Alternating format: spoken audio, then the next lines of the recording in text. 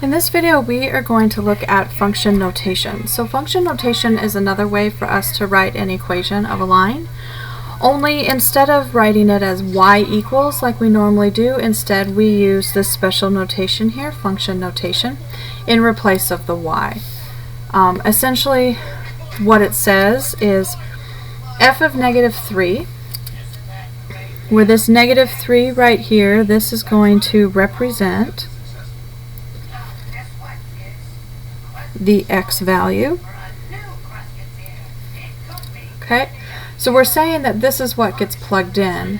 So if my function was f of x equals negative 3x squared minus 2x plus 7, what I'm saying is I want to plug in the negative 3 anywhere I see an x value. So here to do that says that this is my function of x being negative 3, means that I have negative 3 times a negative 3 squared minus 2 times the negative 3 plus 7. Now, a big hint that I can give you is if the value that you're plugging in is a number, then your end result should be a number. Whereas if the value that you're plugging in is an expression, then your solution will be an expression. So in this case, what we have to do is simplify it down. So negative 3 squared is 9, so this is negative 3 times 9. Negative 2, negative 3 is a positive 6 plus 7. So in this case, we end up with negative 27 plus 13, 6 and 7 is 13, which gives me negative 14 as a result.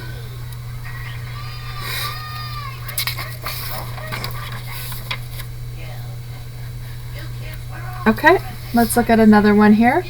In this case, I have an expression. So again, this piece right in here is going to be,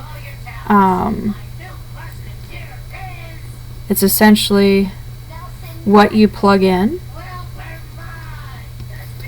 So here we're saying f of 3x minus 2 is equal to 2 times the 3x minus 2 squared plus 2 times 3x minus 2 minus 9.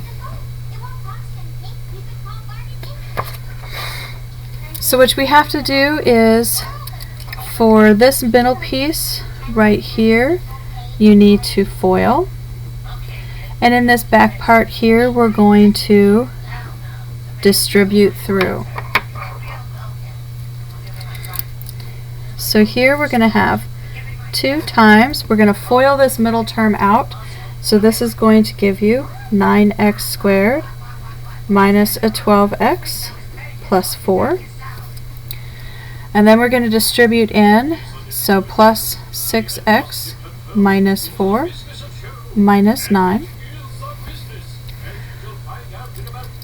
Now we need to distribute this 2 all the way through this front parenthesis here.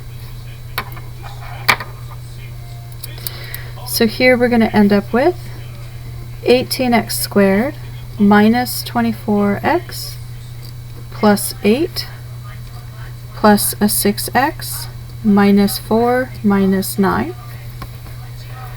All we have to do from this point forward is combine all of our like terms, and so we end up with 18x squared minus 18x minus 5. And since I started with an expression would be my result.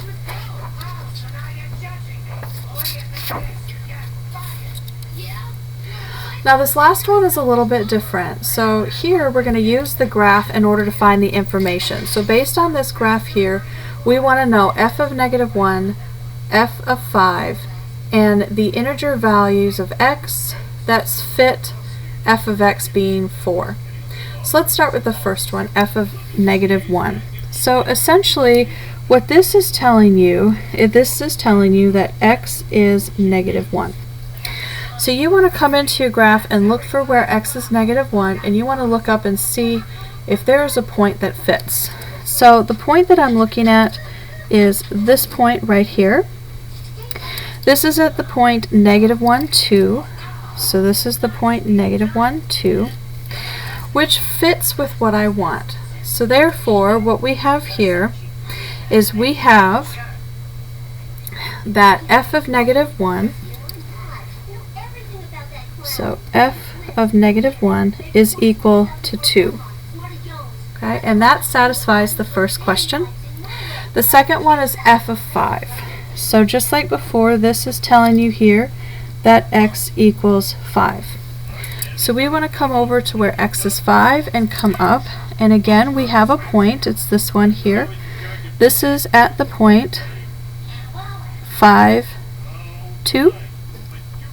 So what this means is that f of 5 is equal to 2. Now the last thing we want to know is we want to know the integer values of x when f of x equals 4. So in other words, what we're saying here is that y equals 4. And so I want to know my x values. So I'm going to come up here to where y is 4. And what I'm going to notice is that I have 2 points, this one and this one, which both occur when y is 4. This first point occurs at the point 1, 4. This second point here occurs at the point 3, 4. So what that tells you is that tells you that you have f of 1 equals 4 and f of 3 equals 4. Okay? So in other words, the x values you have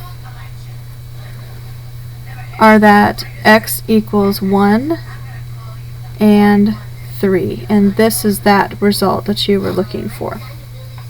Okay. So that is how you use a graph in order to determine some function notations and what you have to do. So if you have any questions, please let me know. Otherwise, I do hope you enjoyed this video of function notation, and I'll see you next time.